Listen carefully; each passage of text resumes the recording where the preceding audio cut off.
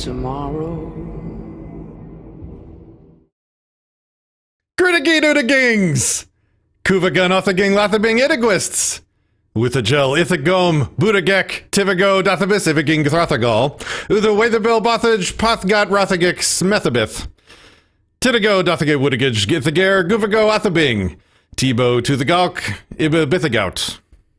Livagang athabage wathage uvagare gidago ithaging, tothgo, tibakalk, athbab uthagout, Wittagords, Withagat, Thudagay, Mothagine.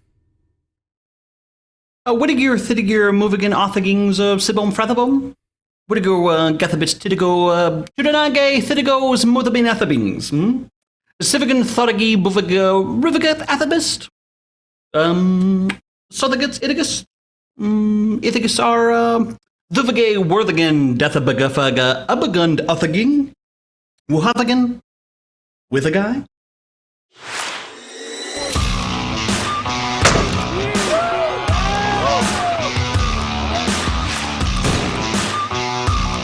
He has a plan, she has a plan, and you get to pay for it regardless.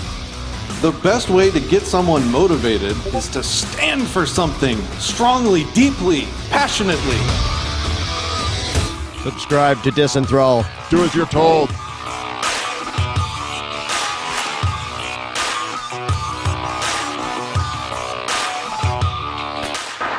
What do you think, Kason? Should we do that again in English? I think you should do that again in English, because the gibberish is not working out for me, man. That is hard to communicate. Okay, here we go. Doom chick, hardcore music, hardcore. Okay. Greetings, cunning linguists. Welcome back to Disenthrall. I will be Patrick Smith. Today, we are going to talk about language. We are going to talk about words, what they mean, where their meanings come from, who gets to change those meanings, can they be racist, can words be sexist, are they worth defending, when and why? Disenthrall intro. Okay, now we're back. There we go. Subscribe to Disenthrall. Here we are! What do you know? Disenthrall, having a stroke, episode 1. Excellent, folks. Or a strunk, more so. A frontal's like, am I having a dream? You know.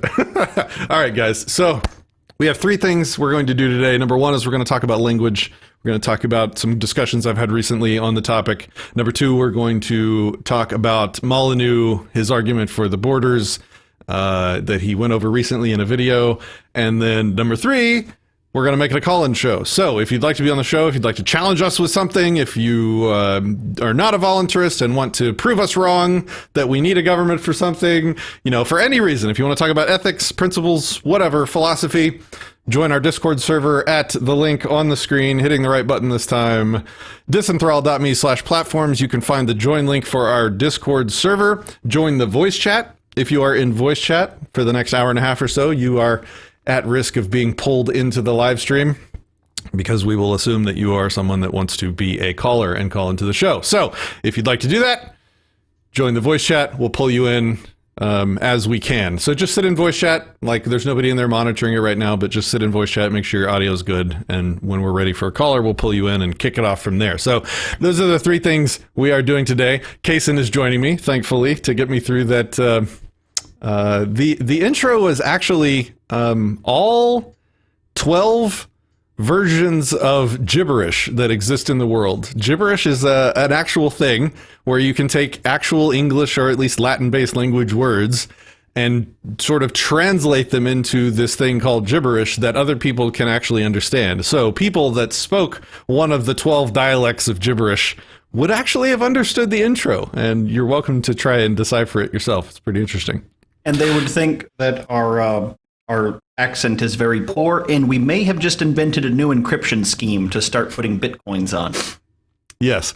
So the first thing about language that I like to lead with is my definition of language. I say that language is a lossy thought compression algorithm.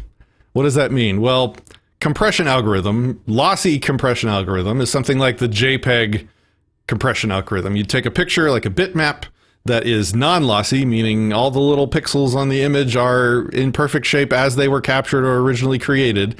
Those files are usually really large, And so to display them on the internet or to send the memes through the fascist book that I'm now banned from for 24 hours.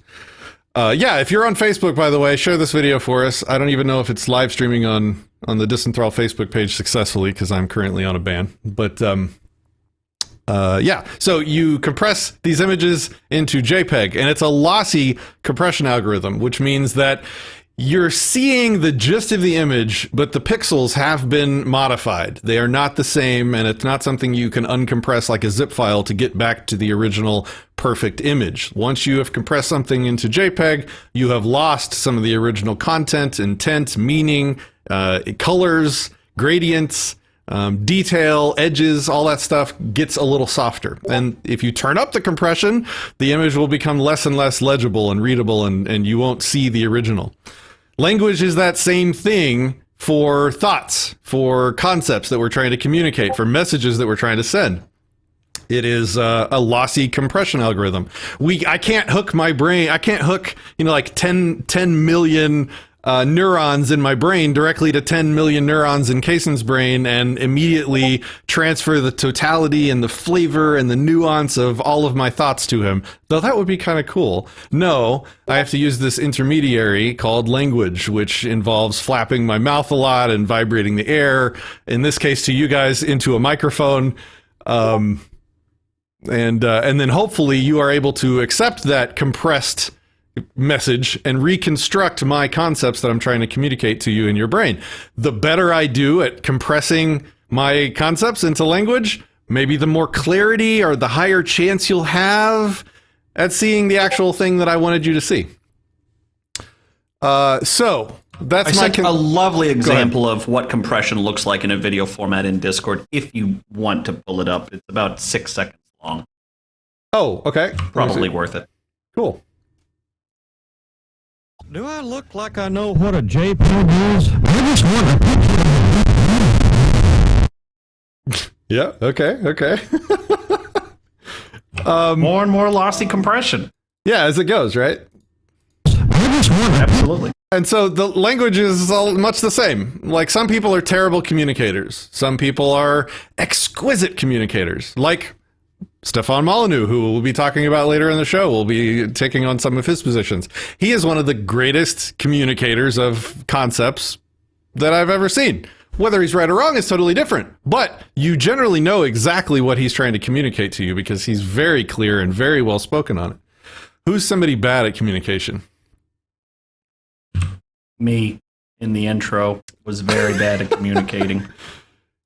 So the reason why I wanted to define language up front, other than the fact that it's always important to get your definitions out front to communicate anything, why is it important to get your definitions out front when you're communicating something? Because you are clarifying the compression algorithm that you're about to use to transfer concepts to somebody.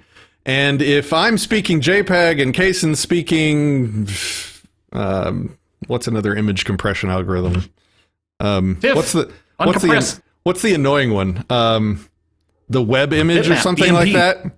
Like the web image? Raster image, BMP, bitmap. Yeah. So if we're speaking different languages and we're not familiar and we don't know that we're speaking different languages or using different words or different meanings, then it's impossible. Then any hope of communicating clearly and efficiently is just lost. It's a waste of time. So if you lead with your definitions, hey, when I use this word, this is what I'm talking about, then the communication is actually possible. Wow, guys, we got some comments coming in here. Let me catch up. What up, Pat? Oh, man. It's Patrick, my dude. It's Patrick. JC, good to see you. Phobes, already shared. I appreciate you. Yeah, we got... I have been banned from Facebook twice. The first time was... I shared a cop violence video about some local cops in Texas that were a threat to people around me, and I wanted to let people know, and that wasn't okay with Facebook. They wanted to protect the bad guys in that situation.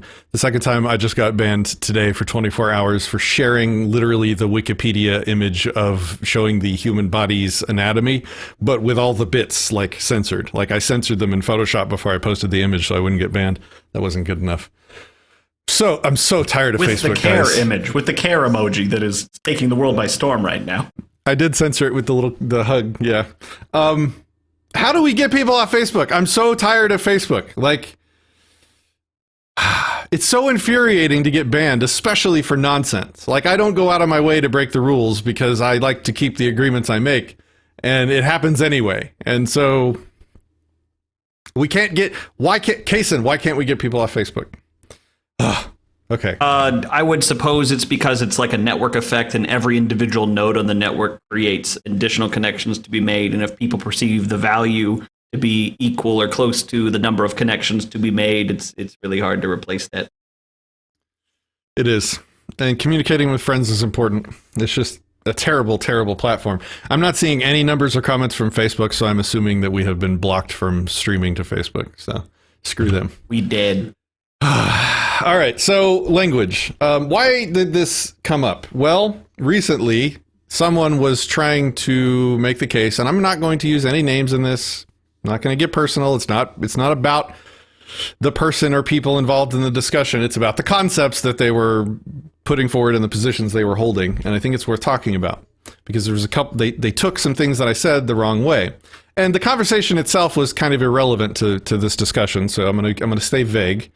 But basically, they were sort of saying that we need to trust nature for our health. And, some people would defer their medical decisions to things that are, in their mind, quote unquote, natural. And I merely just retorted by saying that nature is a C word. And she is I said she is a murderous C word.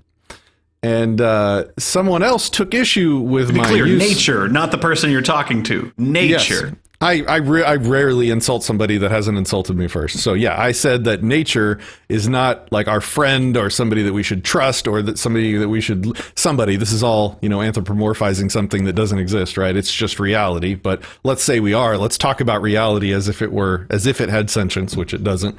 But it is something that doesn't care. It is something that will kill you just as soon as it will not kill you. In fact, it would probably, if it had a preference, it would probably be towards killing you. And so to take this health position of, looking to natural remedies as opposed to science, like that somehow natural remedies are better than science is kind of absurd. It's like we have to use these scientific developments to resist nature's attempts at murdering us. Anyway, I said I wasn't going to provide too much of the context. And I'm not going to rehash the argument. So I'm stopping. So I called nature a murderous C word. And then somebody else chimed in and said that word, the C word, was inherently, in and of itself, sexist. And they made an argument that and I'll read the argument to you. It's a couple paragraphs long, just to set the context for this discussion. Here we go. So, super short summary, and I'm reading this person's post now. And again, the person in question, we're totally cool. This is not me harassing you or, I don't know, trying to tear you apart. I think you brought up a really important discussion that I would like to have here, and that's what we're going to be doing. I'm not going to mention who you are or anything like that. This is not a judgment. This is a good topic that I want to talk through. So this person says, super short summary of why the C word is sexist. A sexist word. The word is sexist. Babies grow in the uterus and conception takes place in the fallopian tubes usually, right? Also, the I can't say all these words on YouTube. Guys, can we get off Facebook and YouTube? All right. Also, the V word is not an organ you can see, right? It is the labia. So why do we have vagina monologues and Democrats are the party of the vagina? Such that even women are incorrectly thinking what makes them different from boys are vaginas, right? Boys have a peen and girls have a vag. But the only reason men care about the vag is because that's where sex happens. That's where an entire human being with a soul is reduced to a warm spot for self-gratification. She is a I don't know how to censor myself. I'm really bad at this. A sperm receptacle. The words we are told to use shape thought. Women should be proud to have a uterus, not a vag. So the slang for vag, the P word, the C word, when used to describe a person are usually derogatory because it's synonymous with weak, effable, usable, stupid, dirty, like where old ejaculate gathers for elimination. So, if you think of your daughters, right, when I think of mine, the idea of them thinking where the man's part goes is what society says makes them different from boys is gross. So, I think it is inherently sexist, whether you are thinking about a warm spot for 10 minutes of fun or just using a word that means that. As opposed to when someone is a dick, they are using their power irresponsibly. So even that word is not as offensive as the C word.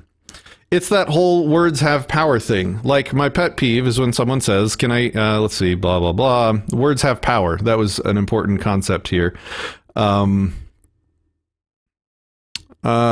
I basically responded by saying, look, words do not have power on their own. And this goes to what words are. In the same way that if we have a misunderstanding of what rights are, we will misapply them, or we'll expect them to function in a way that they don't because we don't understand what they are. We don't know, we're not familiar with, we don't grok the reality of what they are. So if we don't know what words are, then we're going to use them improperly or misinterpret them, or we're going to be less efficacious at using the lossy thought compression algorithm that is words. So I basically said words do not have power on their own. Words do not exist. They are just, I flap my gums, I vibrate the air, and it goes into your ears, and hopefully through that lossy, messy analog process, I'm able to communicate some kind of concept. You have to give words power in your own mind for words to have power. So that said, words can't have power. They only have the power that you assign them in your own head. I said that you associated that whole line of logic to that word. I did not mean any of those things. And then I explained why I thought nature is a C word, a murderous C word. And I pointed out that, if nature was commonly thought of as male instead of female, and the worst word used in the language possible was flibberty-gibbet, then I would have said nature is a murderous flibberty-gibbet. And I would have said F him instead of talking like it was female. But I didn't, because it's traditionally we talk about Mother Nature as female, right?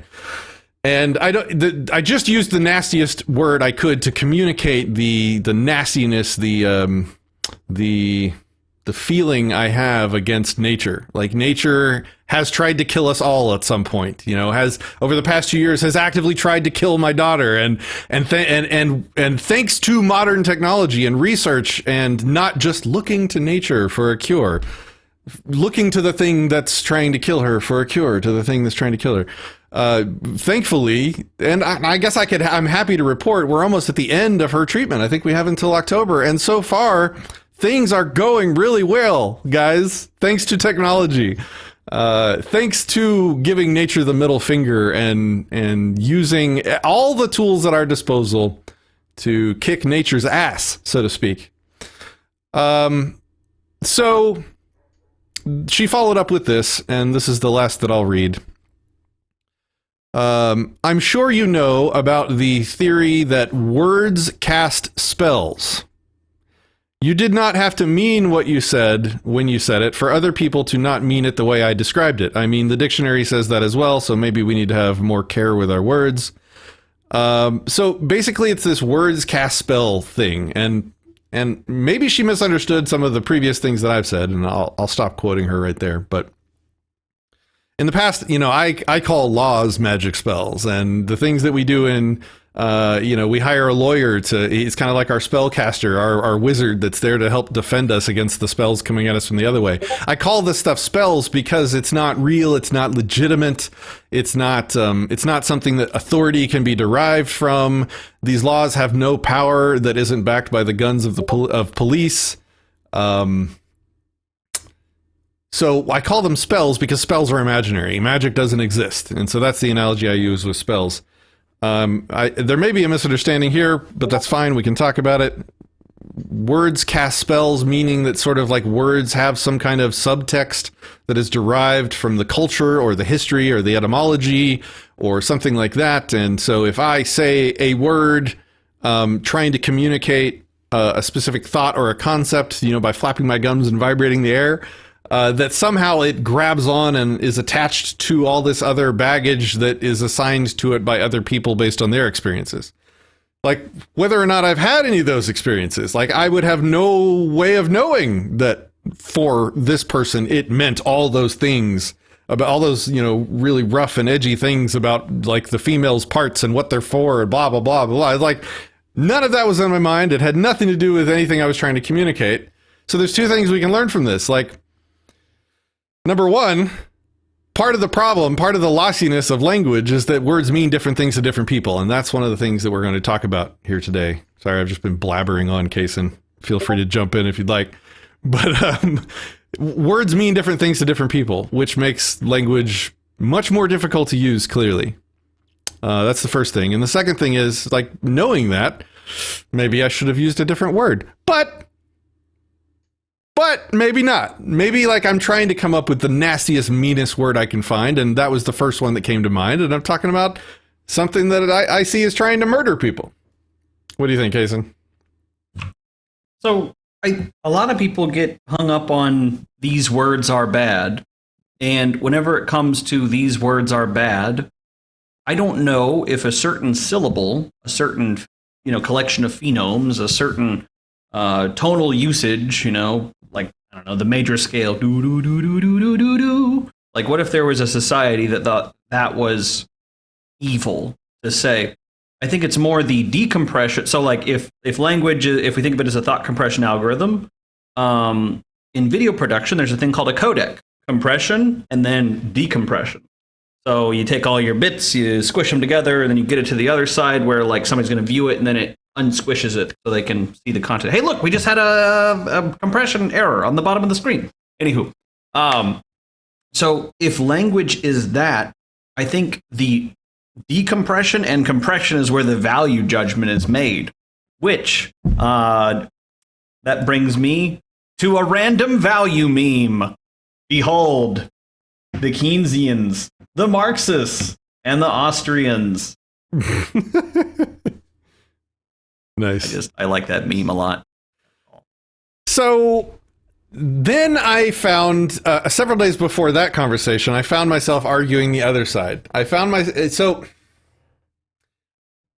trying to impress upon this person on the Facebook debate that like language is subjective. It means different things to different people. That is the nature of it. And so you have to interpret words with a view on the intent of the person sending them to you to get the best use of them. You can't, receive a message. It's like, it would be like receiving a JPEG and then applying all your own effects to it and then looking at it with your effects applied and saying, how this image looks gross. Why did you send this to me? And the sender is like, that is not what I sent. You applied a bunch of stuff to it.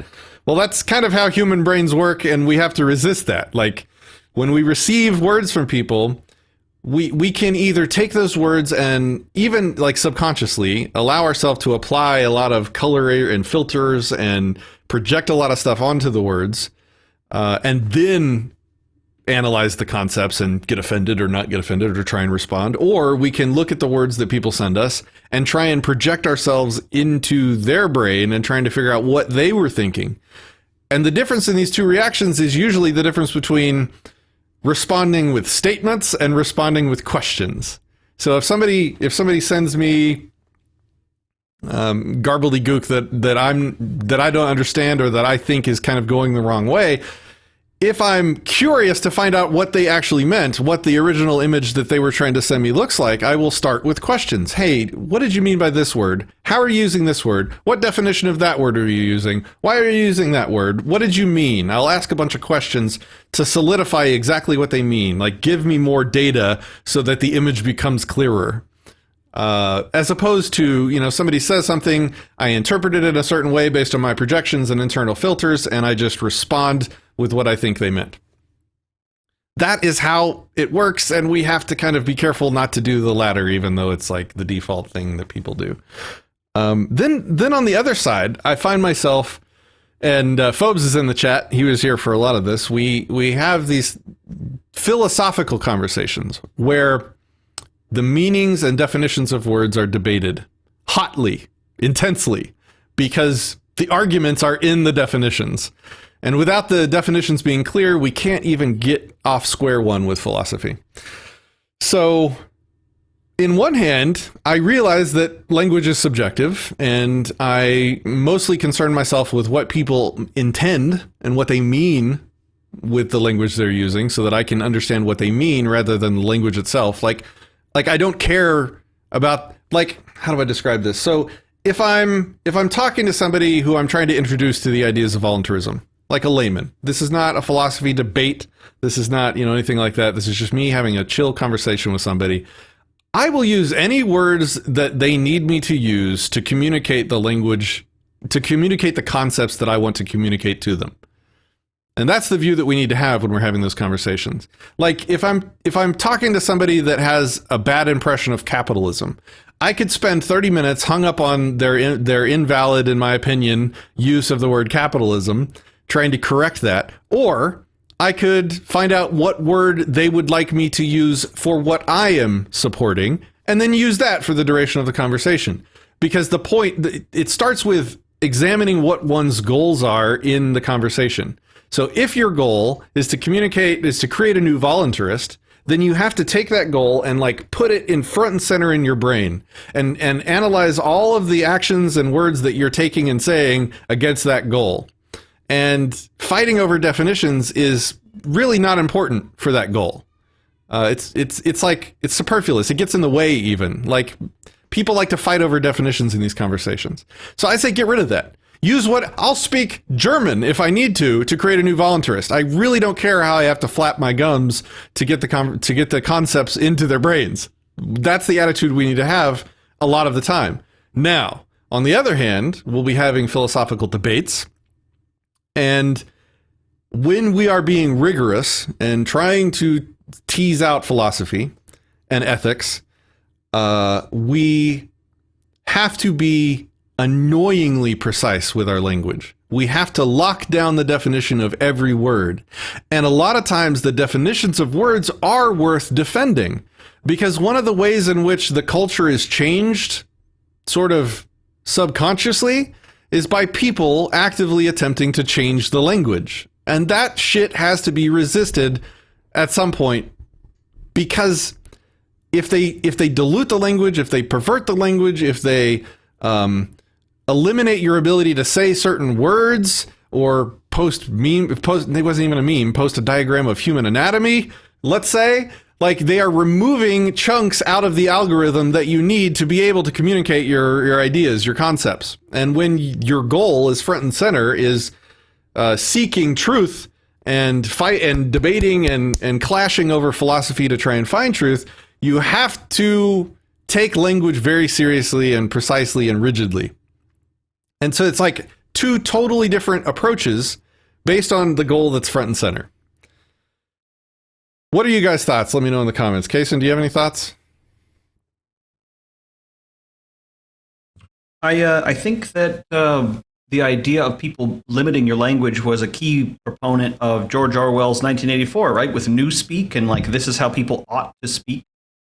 What was it? It was like, I was actually trying to pull up the quote. It was something to the effect of, whenever we're able to control the language and keep people from hearing these things, then there will be no possibility of rebellion to the party. There will only be control. And I think that's the case for people, because whenever they don't have the language to articulate something that they're thinking or seeing or whatever, they don't have the ability to discover more about it or discuss it among other people. So I'm I actually tried logging into Facebook. I kicked off another version of vMix and tried to stream, but I'm banned from posting live videos on Disenthrall as well right now. Like, it's like, sorry, that's not available right now. What's the message? All over the diagram. I can pull it up again. Why but can't you post? Sorry, that content's not available right now. Oh. I'll give it another shot. I'm so sick of these large tech companies. I'm so done with them, but that's where all the eyeballs are. You are the product. What's up? You are the product. What's up, ANCAP Gamer? Good to see you over on Twitch. What's up, Otto? Artemis? That's what Phobe says. That's what I rail against. There's no reason to redefine words that already have a meaning. And sometimes it's useful to defend the meaning of words. Like, for example, liberal. That's a good example. Like, the meaning of liberal is like 180 degrees from the meaning it had, what, 50 years ago? I don't even know what the timeline on that one was, but that word was completely subverted is probably the word for it. We have to defend some of this stuff sometimes just to maintain clarity, just to maintain our ability to communicate. But we also have to remember what our goal is in the conversation. So if our goal is to philosophize, then fine, defend language. It's necessary. We need that. If your goal is to change someone's mind, convince them of something, then who cares what the language is? Use whatever words, flap your mouth however you have to flap your mouth to create a voluntarist, to expose their brain to the concepts that you're trying to expose it to. That's kind of the rant I wanted to give on language today. Words. I have an example of that, actually. Go ahead. Let me show this, if you could take me full screen for a second. So basically, the city in which I live said, hey guys, this is how we're gonna do things. So that was their post. I then go and I respond, hey, will the city be enforcing the above? And they're like, well, look, we're just here to give information to let people know that there's guidelines and hopefully they would comply. So I'm using kind of their language. If one didn't comply because they and their customers felt comfortable with the associated risks, what is the penalty? Because they said basically movie theaters and restaurants can only have a quarter of their capacity. How interesting and arbitrary. So then they basically said, well, these are the guidelines. So I'll blow up that white part for you real quick, which is the thing issued by Abbott saying, if you don't do what I say, we're going to fine you up to $1,000 or throw you in jail for 180 days, just a half a year, no big deal. At which point I wrote a bit of a dissertation, but basically saying, and I tagged the appropriate police department in peaceful language. Hopefully you wouldn't put peaceful people inside of a jail for half a year for doing something peaceful with their own body and property and by choice. Very concerning if they proceed in carrying out this threat against peaceful people. And I actually used Houston as a good example for once. I hope they follow Houston Police Department's example in using discretion, rather than just following orders when those orders conflict with one's conscience, others' property, and established principles of ethics. And then the sidebar was the real nugget to leave on the page where thousands of people were commenting at the time. I'm all for people taking whatever precautions they wish. As someone close to me, Patrick, as someone immunocompromised, who set themselves up for success in this time. But how can a group derive a power that an individual of that group does not? I thought that was the key message right there. How can a group derive a power that an individual of that group does not? Larkin taught me that question. That is a useful question.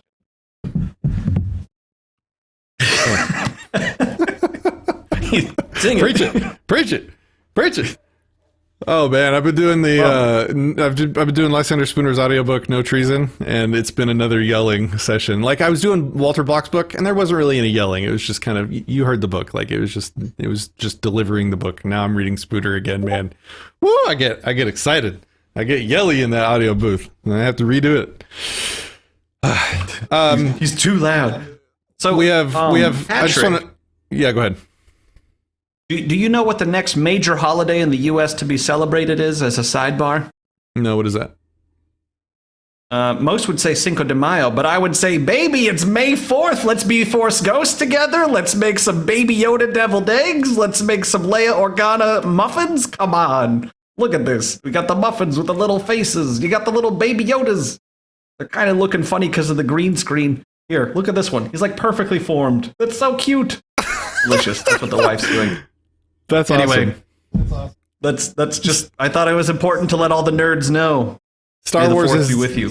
Star Wars is dead to me, but that was really cute. That was really cute. What's up, Echo Charlie over on Float? Yes, I'm watching the Float chat. Anarchy Radio, good to see you. Facebook, Float app is where it at. Yeah, so we stream to like 100 platforms, and I try and catch chat on all of them because I'm really trying to support alternate platforms to get people off of Facebook. Please get that platform link up there, Patrick. Get it up there. We gotta show the people. Oh, yep. Disenthrall.me/platforms. You can see the literal massive list of places that we post our content. It's kind of crazy. Also, if you want to support the show, we have our streamlabs.com/disenthrallme link for super chats up there at the top. You can donate to the show without going through YouTube. If you go through YouTube, they get 30%. Woo! All right. So, that was kind of my rant on language. there's a time and place for being picky, and there's a time and place for not being picky and just communicating using whatever stupid words people want to use. Especially like if you're talking to somebody that hates capitalism, that's a prime example. It's like, okay, what do you want me to call the kind of thing where I can trade with whoever I want without being coerced? Do you want me to call that flibberty gibbet? Fine, I am a anarcho-flibberty gibbetist. Like, I don't care what we want to call it. You know, if you're determined to stake your flag on capitalism being evil, whatever, fine, whatever. Like, as long as we agree on the voluntarism. But at the same time, if we're really going to defend our language and keep it clear, we have to push back against some of that. So, and Phobes knows exactly what I mean. And Cap said he had a commie on his stream last night. Wish I had been there for that. That would have been fun. We need to game more. We have a lot of gaming going on lately in our Discord server, by the way. You guys should definitely come join us. Okay, so what is next on our list? Oh yeah, I was going to pull up the Molyneux video, but right before the show, I listened to it. So this was a live stream where Molyneux debated a commie yesterday, or day before yesterday. I think it was day before yesterday. And there was one point about an hour and a half into the debate where the commie, and it was the weirdest thing I'd ever seen. I never thought I'd see this happen, but it was like Molyneux was holding a commie's position on borders. Not totally, but to a certain extent we can get into. And then the commie suddenly flipped positions and argued using a voluntarist anarcho-capitalist's own positions against Molyneux's position on borders. Anarcho-flibberty gibbetist. Yes, we need a t-shirt now. Anarcho-flibberty gibbetism. And so they switched places, and suddenly the commie was destroying Molyneux on borders using his own principles against him. And it was a thing to behold. We live streamed it in Discord. Another reason for you to join our Discord server. We have a nice group of really kind, genuine people that just hang out and have lots of fun. We watched the live stream and chatted about it in real time, and we were just laughing it up. Like, Molyneux's getting destroyed by a commie on borders, and responded with nothing but ad hom. Like, when he was done getting destroyed, Molyneux's response was like, "Is that really your position?" You know, appeal to absurdity or something, appeal to emotion. Are you really going to ignore all the damage caused by welfare in the country? Like, it just appeals to emotion, no like rational arguments. It was like, and I put in his comments, I was like, the maker, the producer, the originator of the not argument meme is sitting here just spewing not arguments. It was kind of sad. But I wanted to, once again, I've done this before, I want to do it again. Jim Jesus is going to make a flag out of that. Yep. Yeah, somebody's going to clip it too. Great. Yes, Molly said the commie brushed his hair with an armadillo. Yep. So I want to steelman Molyneux's position on borders, and then I want to melt his position down into ingots and dispose of them. So first I'm going to steelman the position. Make yourself big so we can clip it. Yeah. And I'm genuinely going to do the best I can here to make this entire case end to end. And then I'm going to pull the pin out from underneath it, and it's going to fall apart. Welfare is mass theft. It is mass extortion. It is taking from a lot of productive people.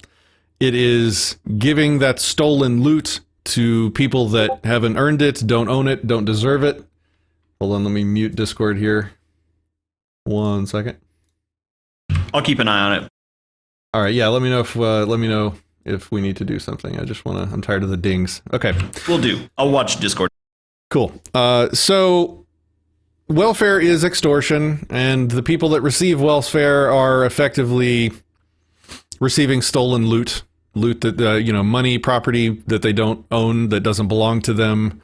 And in other types of theft crime, when somebody goes on a stealing spree and then somebody else benefits from the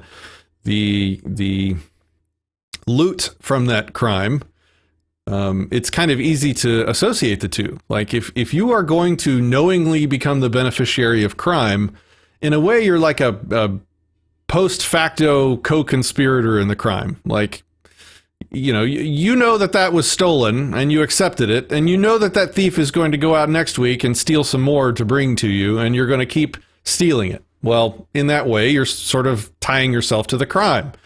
And certainly by not attempting to return the stolen loot, you are sort of a co-conspirator in the extortion crime that is the welfare system. So there is a massive violation of consent involved in the welfare system. And, the old saying goes that, you can have welfare and you can have open borders, but you can't have both at the same time. Because if you're giving away free stuff, people are going to come from all over to get the free stuff. And so if you're giving away the stolen loot of the welfare system, then you're going to have people literally coming from all over the world to live on the backs of others. You're going to have looters coming to benefit off of the other looters, and it's just going to be a looter fest on the backs of the productive. And, this massive crime spree will continue, if not get worse, as more people enter the country to benefit from the crime spree. And that's a big part of it, right? A large portion of the people that come in through the southern border ending up on welfare. They're ending up on some kind of benefit from the state that is funded through stolen loot. And so we are, I almost went into my rebuttal. I'm still working on the steel man here. For anybody listening, please don't take this out of context. This is devil's advocate. I'm steel manning a position I disagree with. So you have a massive group of people coming across the border that are exacerbating the extortion crime and that are becoming co-conspirators in the extortion crime. This is an offense. This is a consent violation that is worthy of self-defensive force.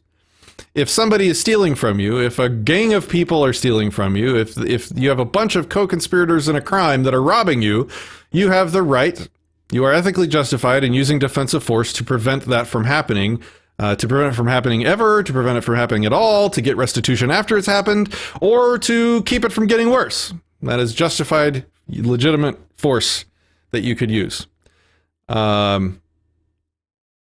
Also, there's all sorts of other negative effects on society and the culture in general that is suffered by the people living inside the borders of the United States through massive amounts of immigration, through the welfare system.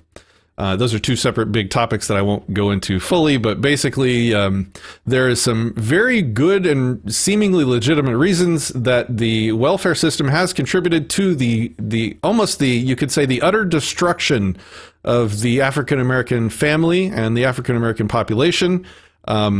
Single motherhood is off the charts, and single motherhood is in that community. Single motherhood is enabled to a large degree by the welfare state. Single motherhood obviously being very detrimental to the lifetime outcomes of the single parented kids. I think across the board, I could be wrong on one or two categories, but I'm pretty sure in most all categories that rate lifetime outcomes for children, they are all negatively affected.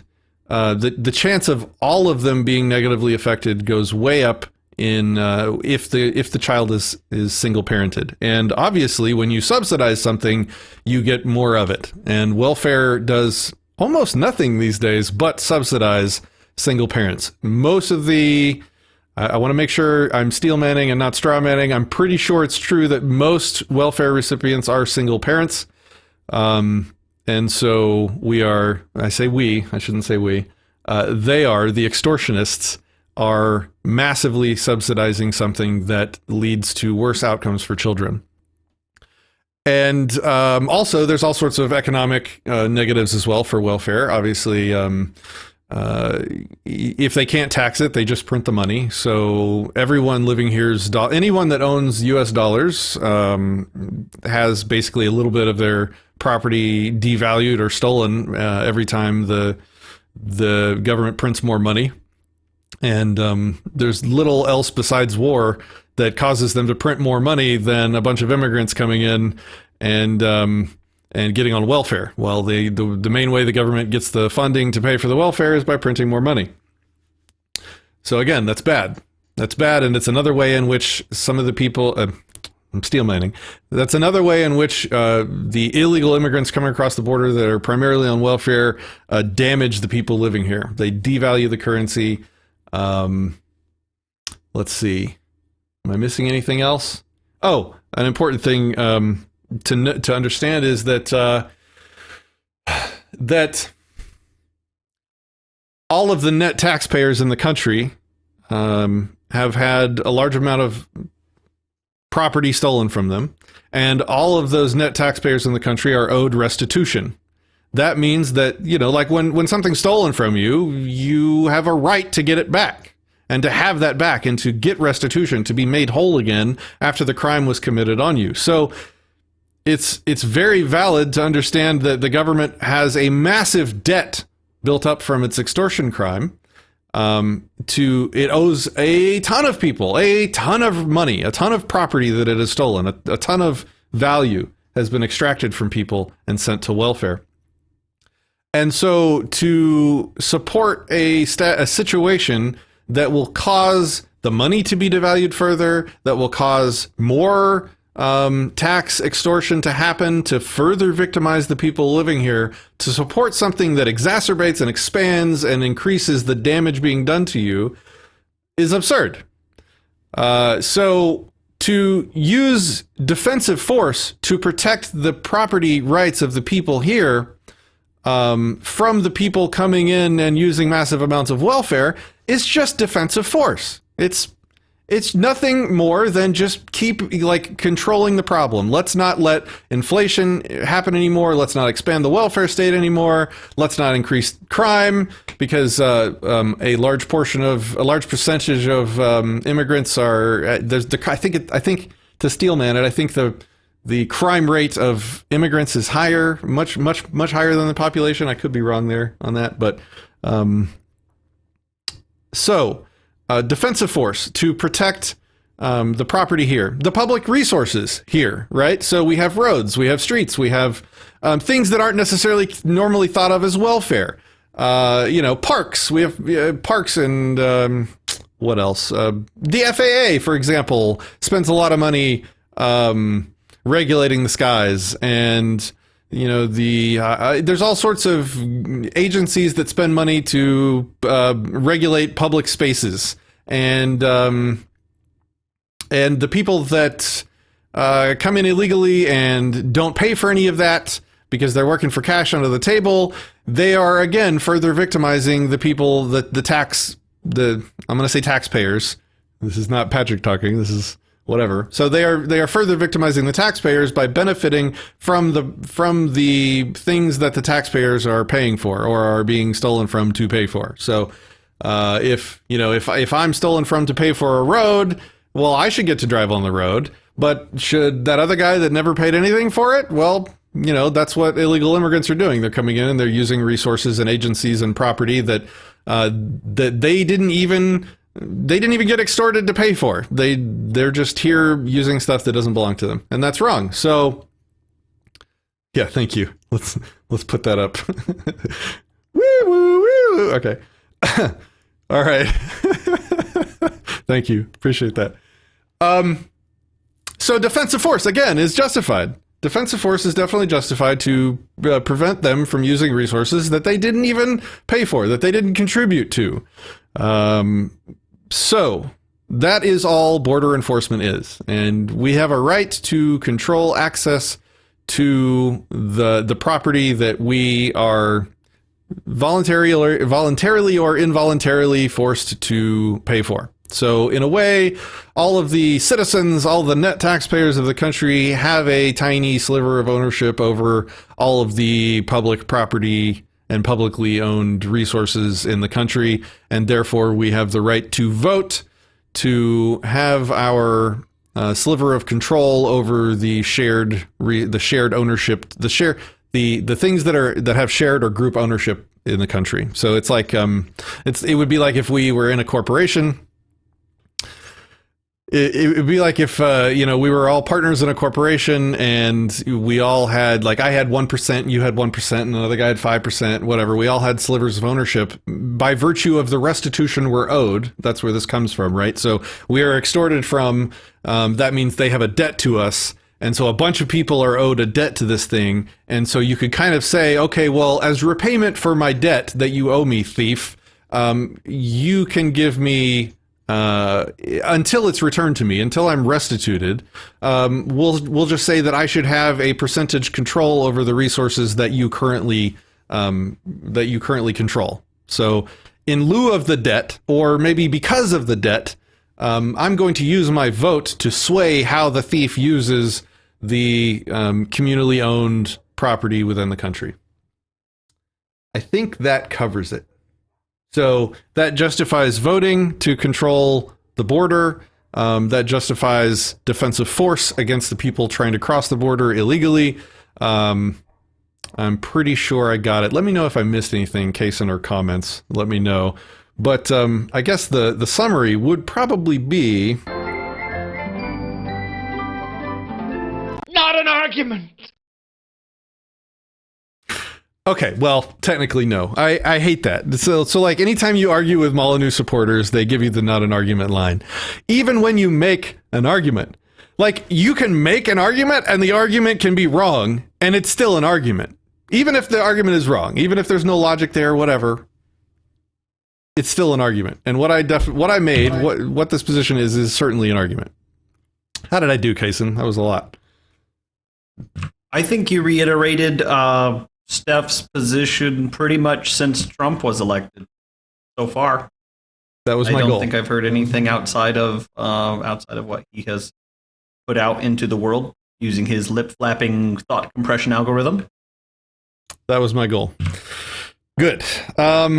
Okay, so it's wrong, or it conflicts with principles in several ways that I will now lay out, and then after that we will get to callers. So if you like to be on the show, if you have a topic you'd like to discuss, make sure you're in our Discord server, join voice chat, and when we're done with this topic, we'll bring you on and go wherever you guys would like. You can have free reign in Patrick's brain for a while. Okay, the first thing goes to, let's start with property and the idea that the government owes restitution, therefore voting to control public land is justified because the government is indebted to you. What'd you say? Let us do it. Let us begin with the disassembly. Okay, I'll go big again, but if you just interrupt me if you want to say anything. I will pop up if I want to speak. Okay. Whoop, now I'm invisible. Okay, so property title, property ownership, or another way of saying that is the highest claim to a piece of property does not change when force is involved. That's fundamental to pretty much all property norms except the commies. Why is that important? So what that means is, like, if I sign a contract that I'm forced to sign that transfers ownership of something of mine to somebody else, and there's force involved, there's a threat involved, there's coercion involved, there's trickery or fraud involved, that contract is invalid. That property does not change hands. It does not change ownership. That means that when the government steals money from me through extortion or taxes or whatever, that money is still rightfully owned by me. I have the highest claim to that money or that amount of money. When a government steals from me via something like eminent domain, and they actually take property, they're like, oh, it's like 6 foot next to the road, and using eminent domain magic spells, we now own 6 foot of the land that you used to own right next to the road. You have no choice in that. It's non-consensual. And because there's force or coercion or threat of force involved in that transaction, it's null and void. No, the title does not transfer. The highest claim to that property does not change because force was involved. And just because one criminal gang has captured through force and even homesteaded unowned property, using resources that it did not own because they were extorted. It is in possession of a massive amount of property that it does not own, and some of which that other people still own. It does not get communalized. Like, my 6 foot of, land on the edge of my property that was taken with eminent domain does not, like, once the thief steals it, that property doesn't get thrown into a pool of all the other property that the gang stole. And now my neighbors, who were also stolen from, had some land stolen from them, now somehow get a vote on how my property is used? Like, when did I consent to that? Like, how commie is that? Like, so once a thief steals enough property, all the property just gets, it's no longer mine specifically. My 6 foot that was taken from me is no longer mine, and I no longer have rightful control over what happens on it. Now it gets communalized with all the other stolen property, and now other people get to vote to force my property to be used in a way I don't consent to. How is that not a NAP violation? How is that anything but rote communism with collectivizing everyone's stolen property? That's not how property works. I still own that property. And just because the thief stole from a bunch of other people doesn't mean that the other people get a vote in how my stolen property is used. It's not how that works. Second point where it's wrong is that Stefan, again, unfortunately, taking a page out of the communist playbook, is collectivizing everyone that crosses the border. There are many people that cross the border and never touch welfare. They never become a looter or a leech. They come here to work hard, to make money, to buy property, to live their life. They do not aggress. They are not welfare whores, as it were. And the border enforcement is not selective. It's not a filter that lets the peaceful non-NAP violators, non-co-conspirators to the crime through, and somehow slams down a gate for the ones that are going to come through and use welfare. That's obviously not how borders work. Like, even if we wanted them to work that way, they can't. You can't magically know what someone's going to do once they cross the border and get into the country. Were you going to say something?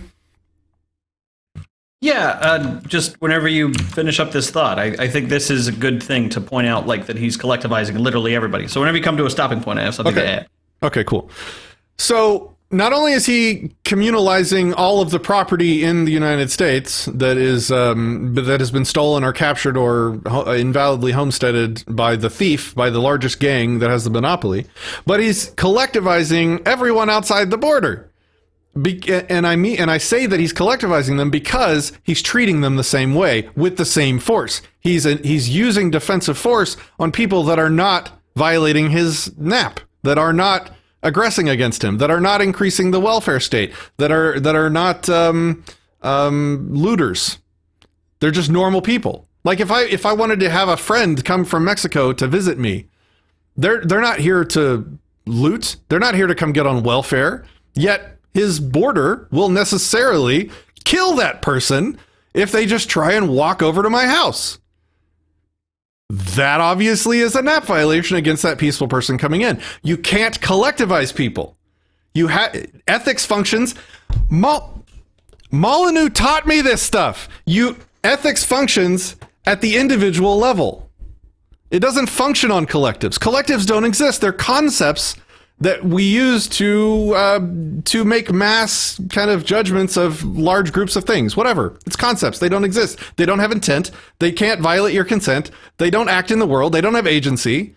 Only people do. Only individual people have agency and can make decisions and can act in the world and that can be held ethically or morally culpable for their actions. So, you collectivize everybody and then slap a border down because, well, most of those people are, let's even say, like, most of the people crossing the border come over and get on welfare. Let's say that ad arguendo for the purposes of the discussion, that's the case. Most of them are. If most of the people did something bad, do I get to attack you? Like, if everybody on your block tried to steal from me, and you didn't, and you live in my neighborhood, do I get to attack you in the process of defending myself against them? Of course not. It's not self-defense if you're creating new victims, and that's kind of the headline. Thank you, Kason. That's good. It's not self-defense. You taught me this. Go ahead. I'm taught me this, Patrick. Go ahead. That governments don't exist, but people do. You threw that on a bumper sticker, and it blew my mind whenever I first met you. So, if a thief were to steal $100 from Patrick, from Jordan, from me, he would have stolen $300 collectively. I think anybody would agree that a debt of $100 from each person is both empirically verifiable and logically consistent, a necessary tenet of something being universally preferable behavior, wouldn't you say? So if that thief then went on to permit us to vote how to direct the cumulative $300, directing any amount above that $100, would that make me a party to the crime of the theft? In the same way that if I was the mastermind behind a bank heist, then I directed how those funds were used after the fact whenever I do not have right claim or moral claim to that property, makes that mastermind party of the crime. In the same way, whenever Molyneux says that it is our tax dollars and net taxpayers, the net taxpayers have a right to determine how things are used. In the same way, the moment they exceed what has been extorted from them, they are now, I don't know about equally, but definitely in the same vein as far as like, they're taking stuff that's not theirs and they're exerting the ability to exclude control from, which is theft. So yeah. It's just something I was thinking about. Yeah, that's important. That's important. So government borders don't filter for the good people versus the bad people. And so supporting them necessarily supports initiating force against some peaceful people in addition to the co-conspirators, the looters. And it's important to note, I'm going to reiterate because it's important and it comes up often. You cannot call an act self-defense if it creates new innocent victims in the process. It's like, it would be like stopping a robbery in a gas station by throwing a hand grenade in. Well, yeah, you're going to kill the robber, but you're also going to take out all the innocent people near him. That's not self-defense. That's just like wanton violence. Well, same thing with government borders. If you can make the case to prevent more looters from coming in to live on the stolen loot that is the welfare system, fine. Let's say you can make that case to use defensive force against those people. There is no filter. There is no lever the government can pull that will just magically let the peaceful people through and will point guns at the looters. That's not how borders work. That means that is not a mechanism you can use to defend yourself, because that is not self-defense. You're creating innocent victims.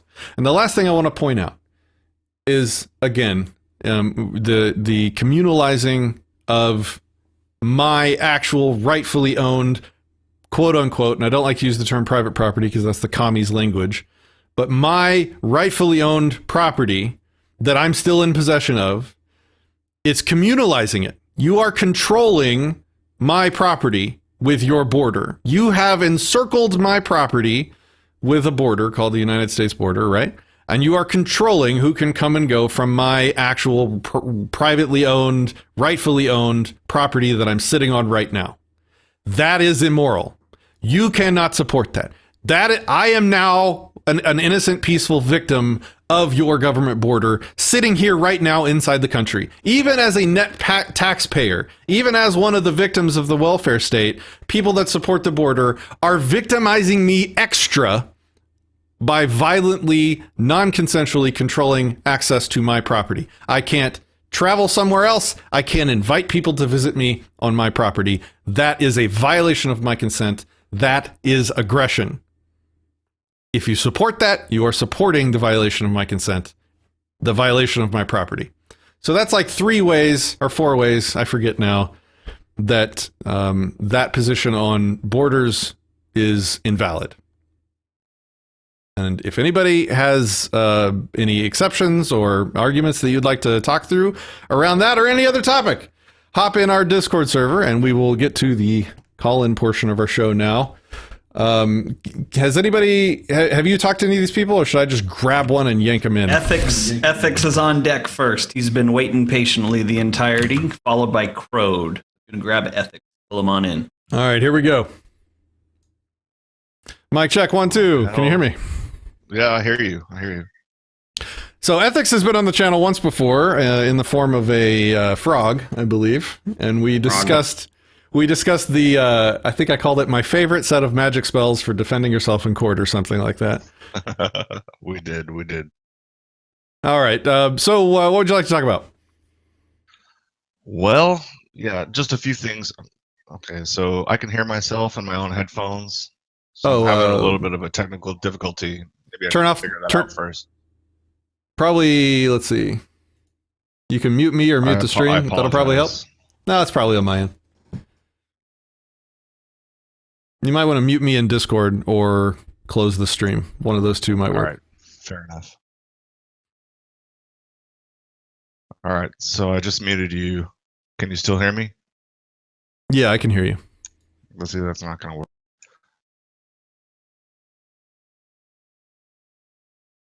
Go ahead and unmute me, and I'll just mute myself when you're talking. Go for it. I'll just make it work, even though the feedback. So yeah, basically what I'm trying to get through is I appreciate your non-aggression principle and your principles as a whole. I get that. I just don't think it's that realistic. I'm a bit more of a pragmatist. You know, I think that when you talk about borders and property and this country is surrounding this and that and taxes are bad and blah, blah, blah. I hear all that. I just think that humans are not all that bright and they need to be ruled. It's hard for me to...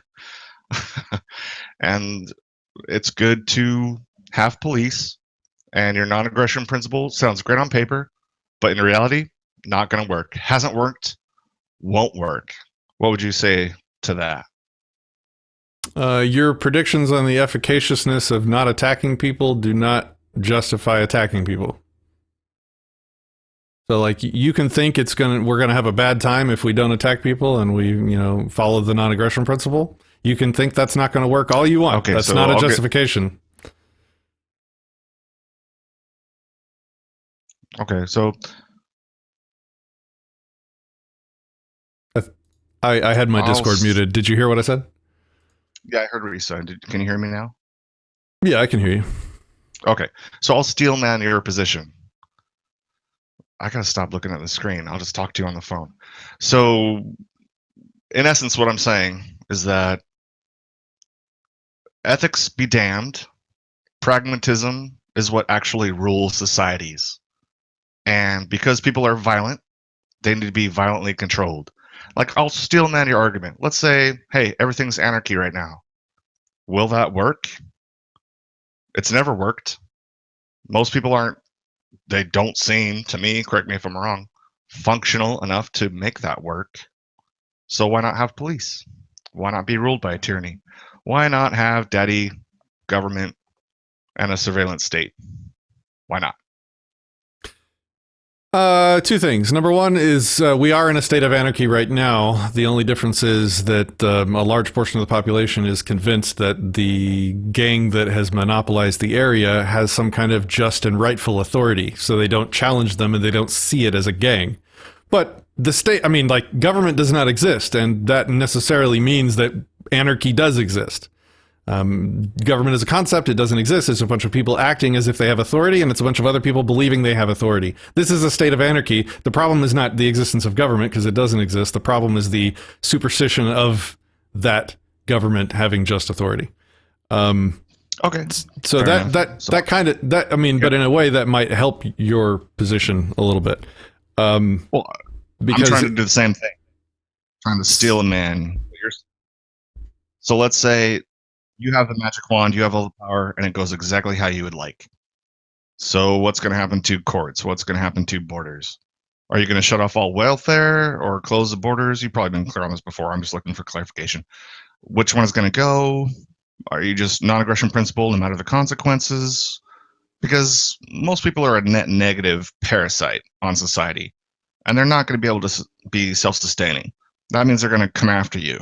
If there was no government and it was true no ruler level anarchy, So how do you respond to that? How do you? Is it just private police will protect us all? Like, okay.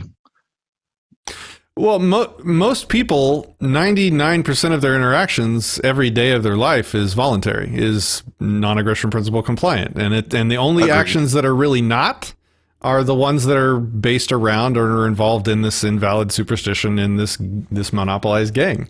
So people already behave well for the most part. The vast majority of people, for the vast majority of the time, are perfectly ethical and peaceful already. And if you remove the gang, you are definitely going to have a demand for dispute resolution and for security and for all these things. So let the market provide solutions for those things. I can't disagree with anything you just said, but what I can do is say that there's a small percentage, whether it's 1 or 5 or anywhere in between, that goes, I'm just going to mess everything up because I'm just kind of crazy and that's just how I roll. There's nothing I can do about it. I mean, it makes you question the concept of free will with these people. And I don't see how 1 to 5% of psychos in a otherwise normal, quote unquote, healthy, functional society is enough to cause all kinds of problems. Clearly, history shows this. So I get your, well, I don't know if it's an argument. I get your proposition that most people are cool, so it'll be cool. I'm like, that's nice. What about the 1 to 5%? Because we are ruled by the 1 to 5%, and look at the state of the way things are. You're making my case. You're making my case for me. So right now, there's this massive entity that all the 1 to 5% of psychos can go and hide behind to get what all the peaceful people think is valid power. And they can run amok with a bunch of power and resources that they would never get if they were just if people knew that they were the 1 to 5% of psychos. Agreed. So would we rather have a system where there's this massive power structure for these psychos to go and take over and puppeteer over the peaceful people, or do we want a society where there is no such thing, where the 1 to 5% have to find a way to fit in with society, or be taken care of in some way for being seen for what they are? See, I'm glad you bring that up because this is exactly the crux of the issue. Okay. There's an element to human nature where men who are not peaceful or functional want power in a motivational level that you and I will never understand. That's how they get there. People who are really good, like good men who want to do good and be peaceful and blah, blah, blah, they don't want any power over anyone. Clearly, why would they? So those people never climb that power ladder. It's the worst of us that ascend to that meritocracy of domination. I don't see that as going away. It seems like it's the cost of consciousness. That just seems like a part of human nature. And I've yet to hear anything that says, I know how to deal with that. It's a scary part of human nature. I don't know how to deal with that. How do you deal with that?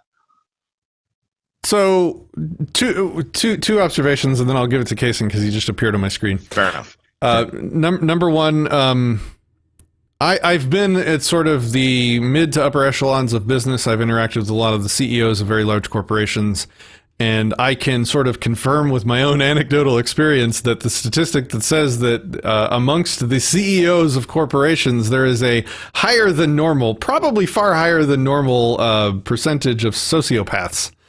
These are people that are very intelligent, but don't have this thing called empathy. They don't have this thing called caring for other people. It's all about gaming life to get as far as they can and to serve their own needs as best as possible. So you have two places that those people can go, that can gravitate towards to get that power and that reward that they need to satisfy their sort of desire. One is government, where they can lord power over people and game a very complex system of interaction to get power and to get rich. And you have the free market, where you could, work your way up in a corporation to run a large business and get kind of the same boxes checked. You manage a very complex series of interactions inside and outside your company, between your own employees and yourself, between your company and other companies, and well, now in the current environment, between yourself and the other sociopaths in government that have regulation power over your company. And so the same people gravitate to these positions because that's what that kind of attitude can be beneficial in those positions. You need to sort of care less about certain things and really be good at like gaming systems and sort of manipulating people to get as successful as you can be. One group of people is party to many crimes, including mass extortion and obviously consent violation through the legal system and making laws and enforcing laws and regulating people. And the other serves their customer base. Like, they go to work every day and they game the system using all their sociopathic advantages and disadvantages for come what may. Right. But at the end of the day, they're satisfying demands. They are making people's lives better while being a sociopathic rich guy, whatever, an evil large CEO corporation. So with a government, you have a bad outlet for these people. And without government, well, they have to find a way to make it good, to make it rich using voluntary means through corporations. And then the last thing, just to answer like how you handle those people. Sorry, it was like a two-part answer. To how you handle those people? Look, if they're violent, then treat them violently. If they're peaceful, then treat them peacefully. So a peaceful person would be like the sociopathic CEO. A violent sociopath you could be violent against. Defensive force. Take them out. Who cares? They're violent. If they don't reciprocate rights, then they don't get the benefit of rights. I don't know why it's hard to understand how you'd handle those people. In fact, like without the ability for them to hide behind the just authority of the government, it would be easy to identify those people. All right, I'm done. Go for it. Oh, fair enough. So the way you're explaining it, it's hard to argue with or see anything different. I mean, it's as clear as the blue sky on, a noon sunny day, whatever. But here's the point that I would make to counter that. So let's say in a meritocracy, in your free market, you get all these people who arise to the top of whatever corporations. They don't just stop there. Clearly they don't. The first thing they're going to look to do is to hire their own security. And the next thing they're going to look to do is to create a government. I mean, clearly government is some kind of belief cult that sheep type people obey. And if you're one of those mad, dysfunctional people who just has a ruthless 18 hours a day since the day you were 18, you're trying to get to the top of the top, and you just think that's not going to be a problem, it's going to be a problem because corporations compete with each other. And it's never enough. See, all these people, they have enough money, they couldn't even spend it all. If they did nothing but spend money for the rest of their life, it's more than that. So it's not about money. It's about power. And that's the problem. And that's why I go, because sheep like to be employed and get paid well by people in power with a lot of money who can pay them. That's what cops are. That's what military is. Am I wrong? That's inside and out. That's what's going on. It's all bribery for power. And I'm just asking, how do you manage that? And I just don't think the answer is it's a free market and good people will fix it. Good people have never fixed it. That's why we're in the situation we're in right now, is because bad people have always fixed bad people's stuff. I mean, am I wrong? I'm listening. Kason, you wanna take it? You look like you got something to say. No, I think whenever you two are complete, I just have a thought for ethics at the very end. Whenever you guys are complete, just to give a different perspective and maybe something to mull over. But go ahead. Nope. Okay, well, I mean, I think I described like where the peaceful sociopaths could be in a free society, and I've also, I thought, made it clear that the violent ones, they would not have any just quote unquote just authority superstition to hide behind.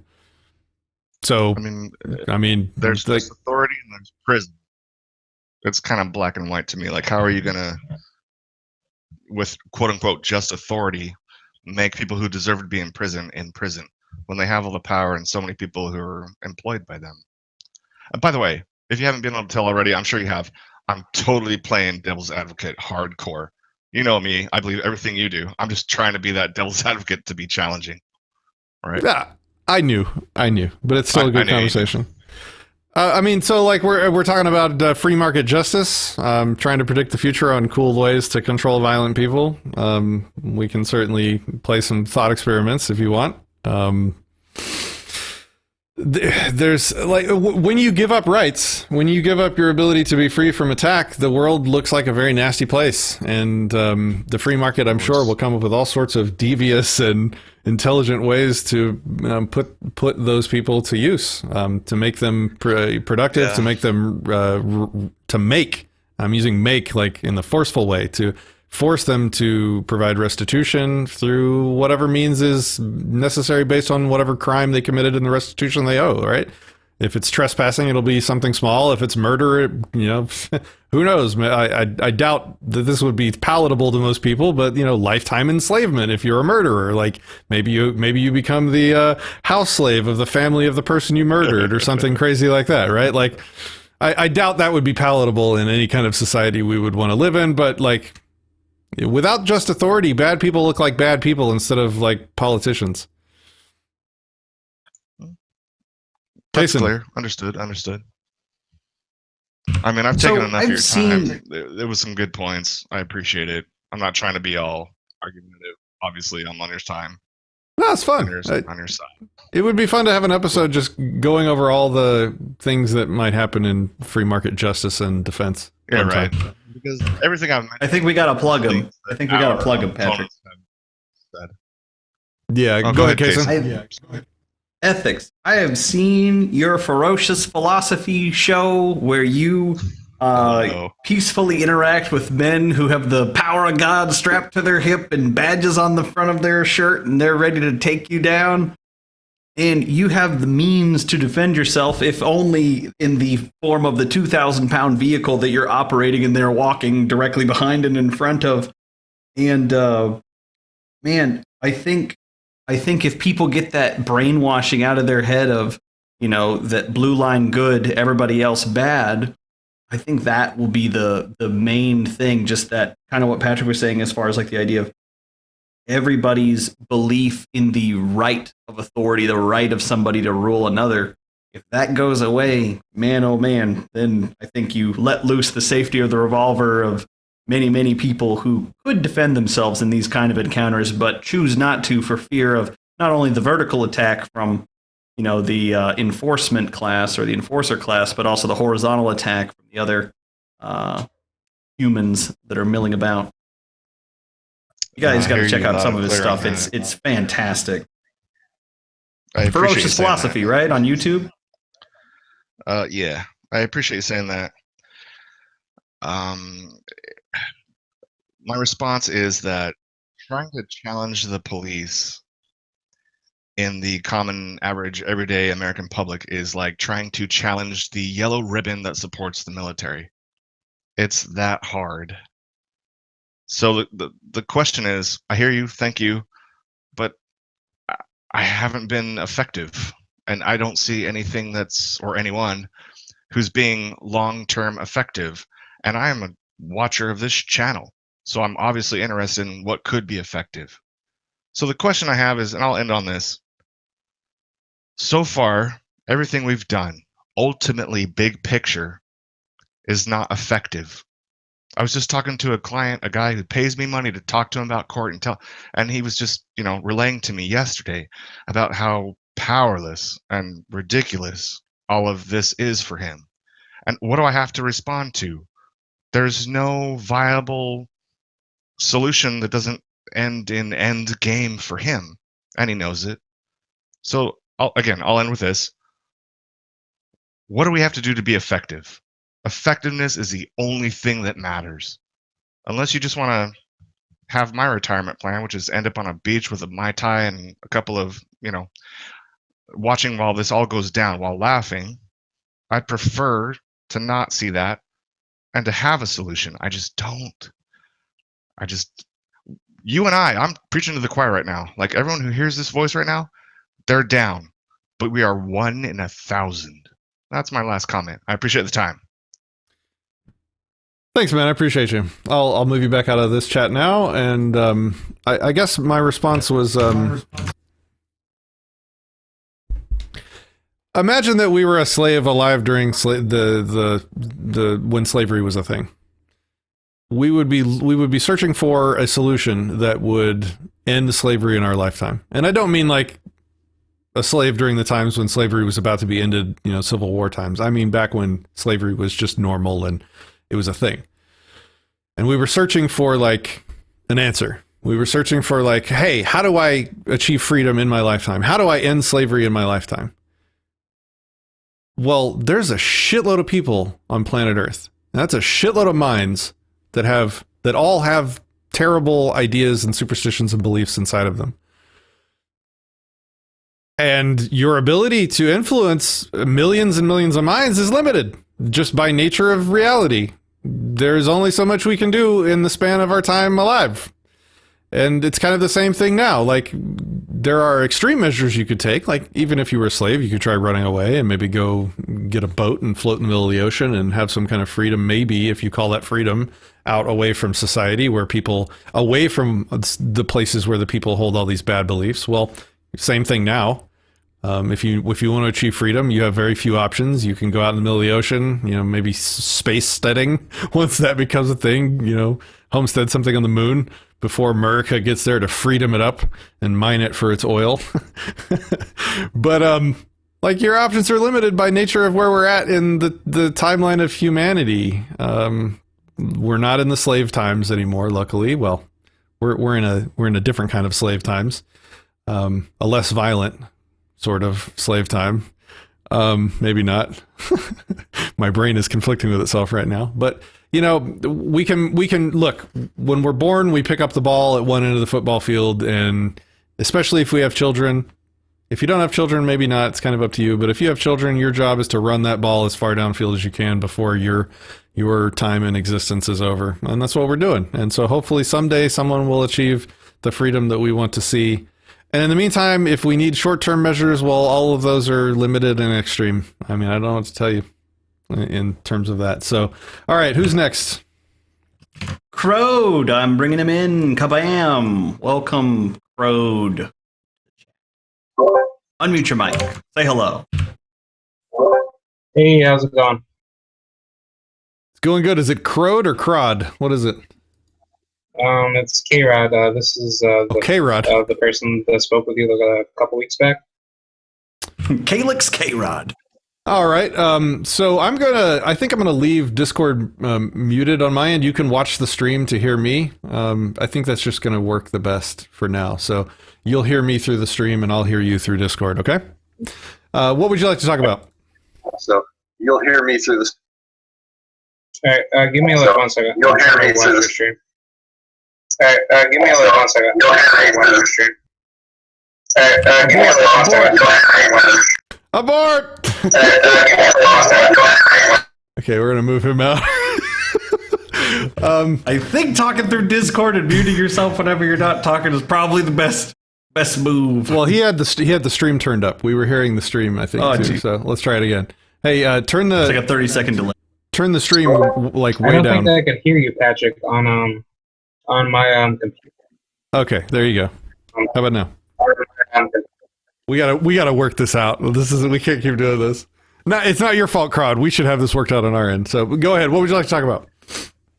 Basically, I just wanted to talk about how to universalize the word anarchist a lot better when you're talking to status, because like whenever I do talk to, like, let's just say like the typical like leftist socialist type, they try to like make it seem like that the word anarchist, was their word. And whenever I try to explain the word anarchist to them and who actually came up with what the word anarchy, they try to like come out in these spurging attitudes to say to you, well, no, that's not true, because like we made it first, and anarchy historically has been like a left-wing political ideology, when clearly that's not true. But I just wanted to kind of ask, like, how do you kind of break that I guess like mindset apart, so that way people of different backgrounds can, turn to, that better type of thinking of what anarchy shouldn't be.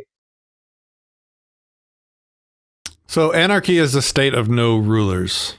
And that's just the etymological root of the word. And that's an appeal to the authority of etymology. So it would only matter to somebody that cares about such things, which is where we get into problems with words. And I'm glad you asked this question because it's right along. It's right in line with the whole first half of the rant on the show. Was like, it depends on who we're talking to and why we're talking to them. What is our goal that's front and center? Are we trying to debate a commie out of communism? Or are we, are we trying to just like a rando on the street that just misunderstands the word anarchy? Like, what is our goal in who we're talking to? If it's a commie, like, I don't even know. I don't really care. Like, I don't care to debate the definitions of words in those situations. It just feels like a waste of time. They're stuck or they're hung up on the word capitalism, for example, or they're stuck or hung up on anarchism being a left-wing thing that is against any form of hierarchy, even voluntary hierarchy. And that's an emotional thing. And there's no appeal to logic or reason or etymology or history that is going to modify their emotions. So you'll need an emotional argument or some kind of emotional resolution to move that position. And you have to like have that goal. Why are you having the conversation front and center? So in those situations, like if you're talking to somebody that is holding a position or a definition based on emotion, then you'd probably be better served to use whatever language they want to use for the concepts that you're talking about, and not quibble over the words. Like, who cares if somebody has a misunderstanding on the word anarchy?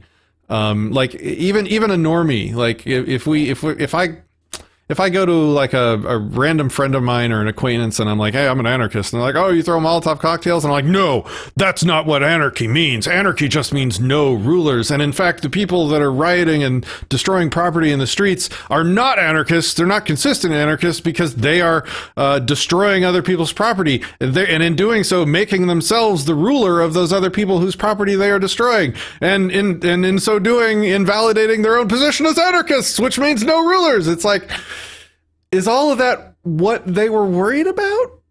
Like, go ahead, Kason. Yellow and black? Okay. I'm just being the anarcho-flibberty gibbet. Just to make it a moot point. That's all. So, like, if I'm philosophizing with somebody, then I will quibble over words and definitions and etymology, because that stuff's important. And to me, like, keeping the language clear and precise is important for philosophy. Did I answer your question, or did I just repeat everything I said earlier? Oh yeah, definitely. It's just that whenever I do discuss libertarianism with anyone, they always like to like people that are like inconsistent with their own political beliefs. They like to strawman certain words that makes them feel emotionally content, and then they just think that's just like the final answer of what you believe in, because they don't want to understand the philosophical aspects of it metaphysically to understand what the real core concepts of what you truly believe in. Yeah, so people that are actually curious about what your position is, and people that are wanting to either change your mind or have their mind changed, they're not going to get hung up on words. They're going to be curious. Curiosity is such an indicator of an open mind. It's such an indicator of like a mature adult when somebody responds with questions and curiosity rather than emotion or getting stuck on words. And so, I mean, most people hold positions from emotion. I mean, yeah. Kason, did you have anything you want to say on that? Don't make language a barrier for communicating ideas of freedom to people. If they get hung up on a word, move on to the next thing is the tactic that I've been using. I've been talking with a guy that I work with, and we were here. I'll become less yellow for a sec. I was talking to a guy that I'm working with right now on a specific job, and we were just kind of shooting the breeze in between shows, and I was like, hey, what do you think kind of the moral rightness or moral wrongness of self-defense is? Like, if somebody stole $100, what could you do? And his response was, you could give like a stern talking to, but anything beyond that would be wrong because it'd be wrong to hurt somebody. So rather than using like violation of property or violation of consent, I said hurt somebody. I mirrored his language back to him just so we were talking the same kind of language. So I wouldn't, want to necessarily beat the dead horse of anarchy comes from an, which is without, and archy, which is rulers and governance, and that means that anarchy is something different. I wouldn't necessarily want to poke that bear. It'd just be like, okay, cool. Well, in that case, you can call me voluntarist. And this means that I believe that every interaction between sentient beings should be a voluntary type thing. And I think you could bypass a lot of that. But if you're in a philosophical debate with somebody, will you defend language? And if so, why? What's the debate about? Let's say hierarchy. The term hierarchy. Does it include voluntary or not? Let's say that's the debate. Is that worth arguing over? I probably wouldn't be engaging in that philosophical debate just because it probably doesn't interest me. But if I was, then maybe I would. But then it's a matter of like, okay, let's get our definitions straight. Let's agree on what the definitions mean before we begin. Because if you can get the definition straight, you square away a lot of the disagreements downstream. Yeah. All right. Any follow-up questions, K-Rod? K-Rod. I just basically wanted to just say, when you did mention like earlier to the previous caller that, most of what the world is pretty anarchist, would you pretty much like agree with like the statement of people being default anarchists, like in their day-to-day life, they know that they're free, but I guess what's holding them back is that there's an elusive or an illusion belief to think that there's an overarching hierarchy known as the state that needs to religiously preach their existence to them to make them think that you're only free because of these human beings that you've never met, not a day in your life, and they magically make you believe that you can only be free through these types of people, because if you were to do everything what they did, everybody would call you a criminal. But if they can do these things without your consent and violate your individual liberties, then how is that morally just in any given human civilization? I generally agree with Larkin in that we see the evidence of that position when some new liberty is taken, and that's been happening right now recently. People feel the loss of liberty, but they don't feel the liberty that was lost before they were born. That's just this is something I used to say often a few years ago, but we accept when we're born, we accept the reality with which we're presented. Reality, like how in whatever state the universe and the world is in when we are born and when we're raised, that is normal, and something outside of that is abnormal. And so if we're raised in 1984, freedom will be abnormal and scary. And and this is why I talk about parenting a lot. Because I believe that if we change the home environment that kids grow up in, we change the reality with which they are presented. We change the reality which is normal for them. And so when they see a world that is different than that, then the world will be the wrong thing, as opposed to those dangerous freedom activists being the wrong thing, which is what we have a lot of now. So those are my thoughts. Anything else, K-Rod? Just one last question. Is it Boogaloo time yet? Is it Boogaloo? Boy, we've done whole videos on that question. It is an individual choice. I don't think there is one answer. I'll tell you what, like, I've always said that, like, I do everything I do is motivated by my kids right now. So, like, my activism, I want to make the world as good as I can. I want to run that ball down the field as far as I can, so that when my kids enter it, it will be in the best shape possible. It will be it will be easy for them to pick up the ball and keep running it with their existence in the universe.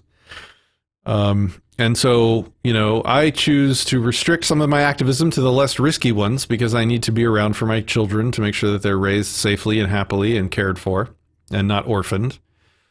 But then, the other side of that argument is there are certain lines that you can't let cross. They only let you keep the liberty you're willing to stake your life on. And at some point it flips from, look, I need to be safe and preserve my life for my kids, to look, like, what kind of a parent would I be if I didn't stake my life on the liberty that they will no longer have if I don't? Like, at a certain point, like, the value proposition inverts itself, and now you have to fight for freedom to keep it around so that your kids can have it. And where that line is, like, when that equation flips and it goes from, look, I need to be safe for my kids, to, look, I gotta risk everything for my kids. Like, there is a line, and it's probably going to be different for everybody.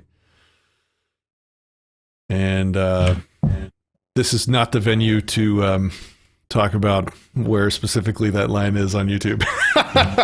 Kason? Well, and there's something to be said for, like, treat it like it was any other criminal. So if someone comes up and says, hey, I'm going to take all your money, is it time to violently defend yourself, or is it time to comply? That's a very personal question. That's a very personal decision.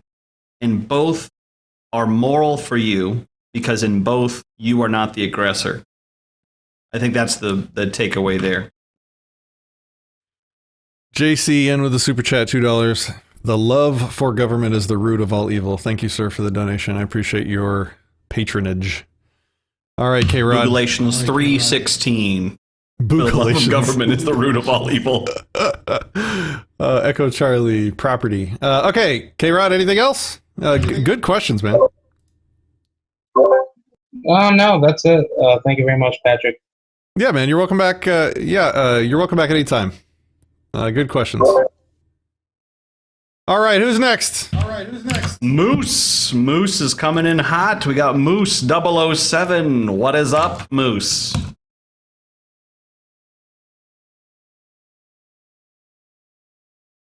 Hello. Moose? Can you guys hear me properly? We can hear you. What's up?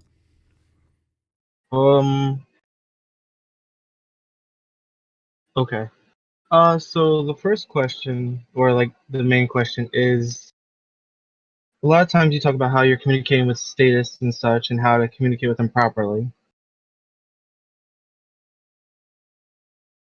And you say use certain terms, or how do you deal with it? Like, say, what perspective, if you're speaking to a commie, or if you're speaking to a normie, or the context. But what if you take that context from just like general person, and how do you communicate that, or how do you deal with when it becomes more personal? Cousins, relations, friends, co-workers, associates, acquaintances. Like, obviously, you have to treat that differently than you would just a person you don't react to as well. It's kind of like when you watch someone that's doing drugs like heroin. It's like you want to help them because they're hurting themselves, but you don't really know how to stop them from hurting themselves, kind of thing. I don't know if I voiced the correct question adequately, but does that suffice? No, I need more information to restore this lossy thought compression message. Give me more data. I don't understand the question.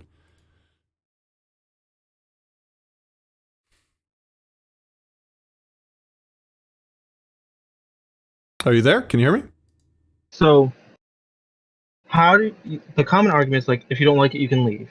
Yes, I was just trying to think of the words properly. If the common arguments that you don't like leave, or you can't force your belief on other people, like the normal rebuttal is like the general thing, but how do you react when it's someone like your family? Like, oh, you don't like it, then just leave the country, when you're trying to explain to them that the impact of that is leaving your family. Well, to bring up Molyneux, he came up with an argument called the against me argument, and you can actually Google this. He did a presentation years ago to a libertarian crowd where he laid out the against me argument, and it's a way to the the argument works best on people you have an actual relationship with that care about you. Because those are the people that would generally never ever see themselves as being someone that would attack you. And so what you do is you take this person that cares about you and would never attack you, and then you put them on the line. And you say, would you attack me to make me, pay for whatever social program? Would you do that yourself? Like you obviously support other people, police and IRS agents or whatever, taxing me, or constables arresting me for, not paying property taxes or whatever, victimless crime, whatever we're talking about. Put them in the hot seat and be like, would you come to my house and put a gun in my face and take money because you think somebody else needs some welfare? And and most of them will say no.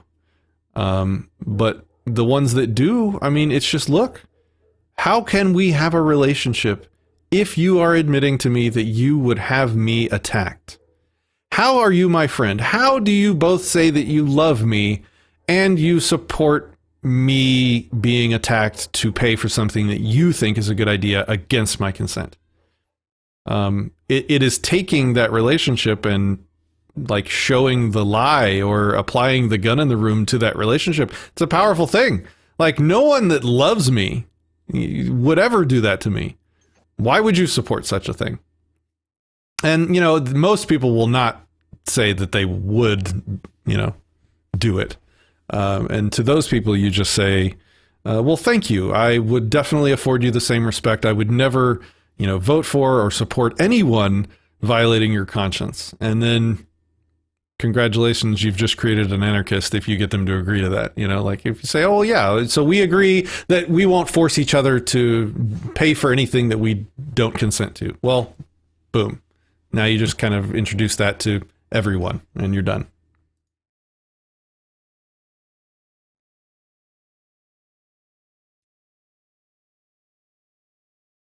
What do you think, Moose? So that actually answers the question. I know it's more of a subjective question. It's just kind of a...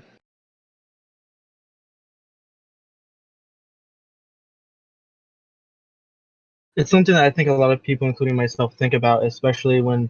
I think you mentioned in some of the videos where a lot of us feel alone because we're separated, but there's actually a lot more of us than we think. Kind of like when you do the interview with Larkin on your initial Anarchist episode, where he's like, wow, this has grown exponentially, but there's still a lot of people, like I know myself, feel kind of isolated, like, wow, everyone around me is a statist.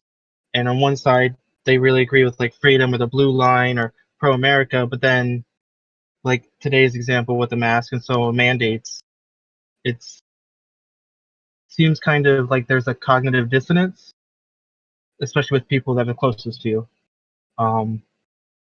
So thank you for answering my question. And I just did want to make a small comment. A lot of the rebuttals when it comes to history, there's a lot of history, if you really observe it, shows that anarchy does work really well. And I think like places like Ireland or other Nordic or kind of tribal type cultures, even like Native Americans, show that they lived in anarchy. They found third-party ways or traditions to solve problems. And it didn't require any sort of central government because a lot of these cultures were decentralized inherently. So that was a quick thought I had about the history attack people come at us with the liberty thing or anarchism. And I apologize for stuttering, but I'm also having a weird feedback on my headphones, so I sound really weird. It's my fault, not yours. I apologize for that. So good questions. Because the world is mostly populated with statists, most of our family is going to, by that same token, be also statists. So once you realize the nature of government is based on force and coercion and consent violation, it's a very difficult and emotional thing to apply that, to start applying that standard of behavior to your relationships.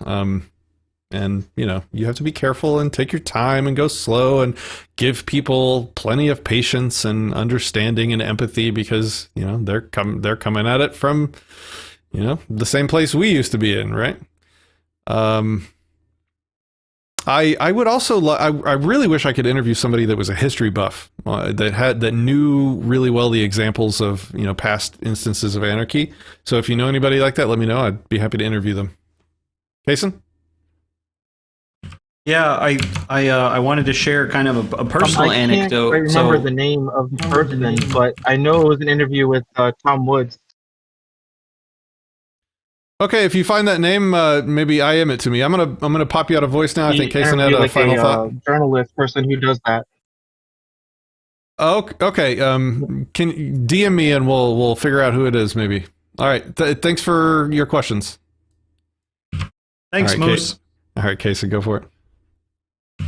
Yeah, so just a personal anecdote. There was a time whenever I was a Bible-believing Christian, and I believed a lot of things straight out of the New Testament, and there came a point whenever someone said, hey, you should read the Bible. So I did, and I was a little concerned with what I was reading. There was a lot of demanding of sacrifice, and with this whole, listening to stuff about the non-aggression principle, I'm like, I don't know if this is reconcilable. I don't think it is. So I go and I talk to my religious leaders, and I say, and I took the against me argument and I applied it to religion. And I said, if God told you to sacrifice me as a burnt offering, light me on fire, would you do it? And the religious instructors that I talked to couldn't answer it either way. I didn't intend for it to be a trick question, but upon further review, if they say yes, I'm going to be appalled that all it takes for them is the perception that God is telling them to do something to commit murder. If they say no, then I'm appalled as a believer that they would disobey the God that they're instructing me to obey. So the against me argument is one of the most powerful things and one of the most valuable things that Stefan Molyneux has ever taught me. Hot diggity dog. That thing is either a boon to relationships where you can have open and honest communication, or it's the death knell of something that was already dead and rotten on the inside, and you just didn't notice it. That's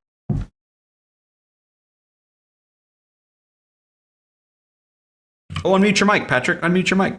Oh, sorry. I said, yeah, it's either like a guillotine for a relationship or like hitting the jackpot. Like either you realize that the relationship is built on peace and consent and voluntarism, or you realize that the relationship has no respect for such things. And it's really only two ways that scenario can play out. All right. We have another one. Let's do it. Executioner. Executioner is now brought into the chat. Executioner, unmute your mic. State your business, state your question, tell us why you're here. Hi, I'm the Executioner, and I'm here because I want to discuss the different ways people argue for libertarianism. I've seen this pattern in libertarianism that sometimes exclusively argues from deontology versus other ways you could argue from either utilitarianism or natural law or even, I don't know, an egoist position. I really have a hard time with the exclusivity of kind of like how people argue. Okay, tell me more about it. What's the hard time you have? I have a hard time because I'm hearing the same thing over and over again. And it's kind of like, okay, if you observe a lot of the libertarian YouTubers out there, you observe a pattern where there's kind of like, it's like, okay, for it to be libertarian, you must bring up non-aggression principle, you must bring up deontology and whatever. And that's the pattern I've noticed, is that it's really just a bunch of talking points from one area of how you could argue libertarianism, where if you look at positions like a libertarian utilitarianism or other areas of the field, it's kind of, it seems to me it's losing a lot of its audience when people don't diversify how they argue from argue for libertarianism.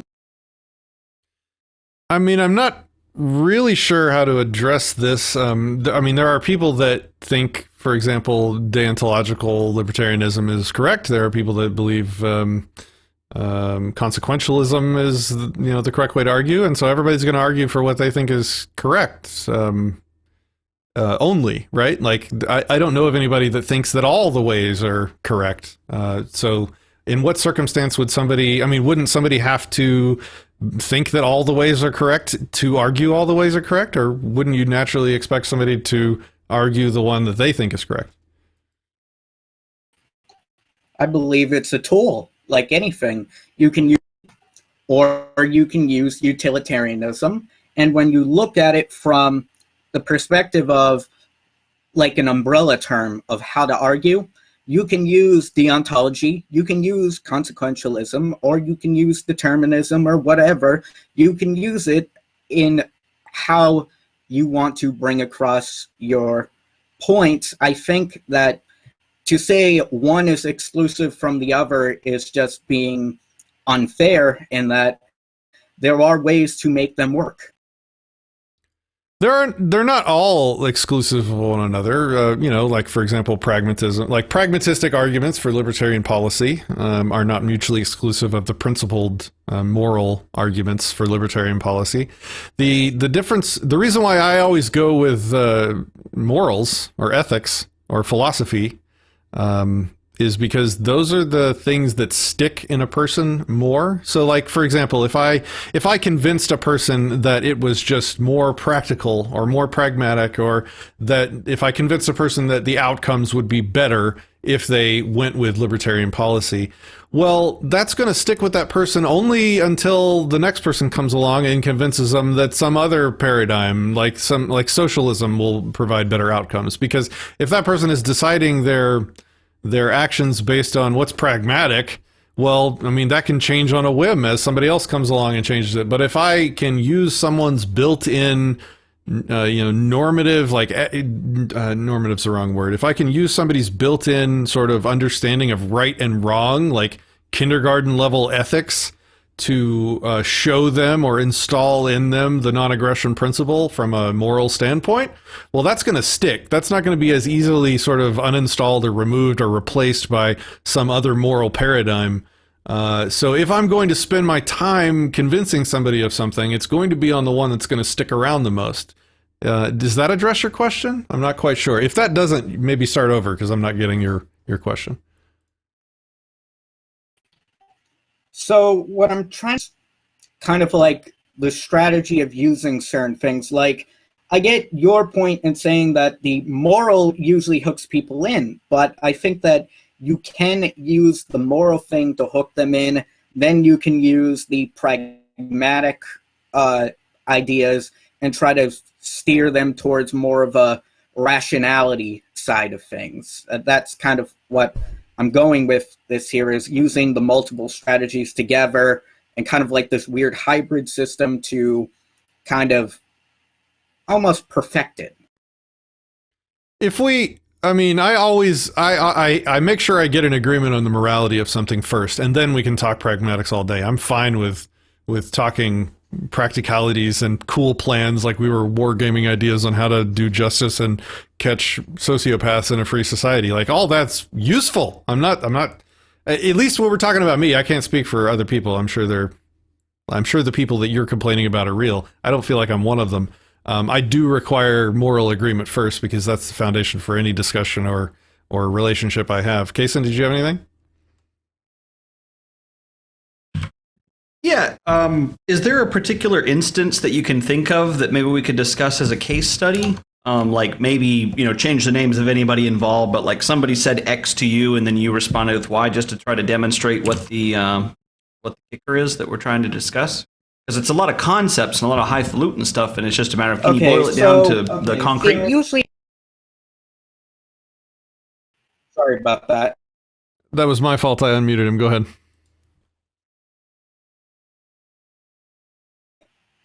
It can happen with either people who do believe in libertarianism or people that don't. Usually when this is brought up, I usually go with the kind of like there's this crowd of libertarians that advocate for the cause, and it's all well and good, but it seems like they're parroting each other's talking points, and they really don't think about, whenever I like talk to them and I am like, okay, so you argue from deontology and you argue from ethics, morality, etc. Well, that's great. That's great, and that's very good. But do you really want to base all of your arguments on that versus having something that's varied? Like, okay, so you have content that is sometimes deontology, sometimes arguing from another point of view, or something like that. It just seems like whenever I do talk to some libertarians, some anarchists, that it's the talking points. Then when you try to point out, okay, well, those are good talking points and whatever, but have you thought about it in this way or that way? A lot of them tend to just have this dogmatic belief in one or the other, where as opposed to me, I like to look at it from, okay, I like to see the deontology side of things, but I also think, okay, so what if you argued from this point of view as well? And when you tend to point that out, you run into a lot of hostilities and stuff. I agree. I try and use everything I can. I start with the morality because that's fundamental, but yeah, I don't disagree. Use all the tools at your disposal. Kason, did you have something? Absolutely. To give praise to my former belief system, always be prepared to give an answer to everyone who asks you to give you the reason for the hope that you have. So I took that to mean be prepared in any circumstance to be able to talk about Jesus. But taking that same principle and applying it into voluntarism is not only to have the deontological or ethical argument for because it is right, therefore I shall do it, but also having the pragmatic of like, look, whenever the ethical stuff lines up, like banning slavery, you know what? Humanity took a big leap forward because all of a sudden there was the pragmatic reason to invest in labor-saving devices. So all of a sudden, not only the ANCAPs, they're happy and whatnot, but also the weirdo, ANCOMs or whatever, they're happy. So then everybody in the crowd, they're happy. But I think the first thing that you have to have, wow, that's a little silly. Now I'm just getting ridiculous. What you gotta have is the basis of morality, because without that, you don't have any conversation really to have, because you're going to end up with something like, well, you know what? It's good for me, so I'm going to go ahead and take your stuff, and I'll do better with it than you would have. That's like the communist argument of like, you can't trust the few with their property. We got to distribute it to the many. That's all. Yeah. So, do you have anything else for us, Executioner? Well, I guess. To just, I agree. I think that you should have the moral as a foundation.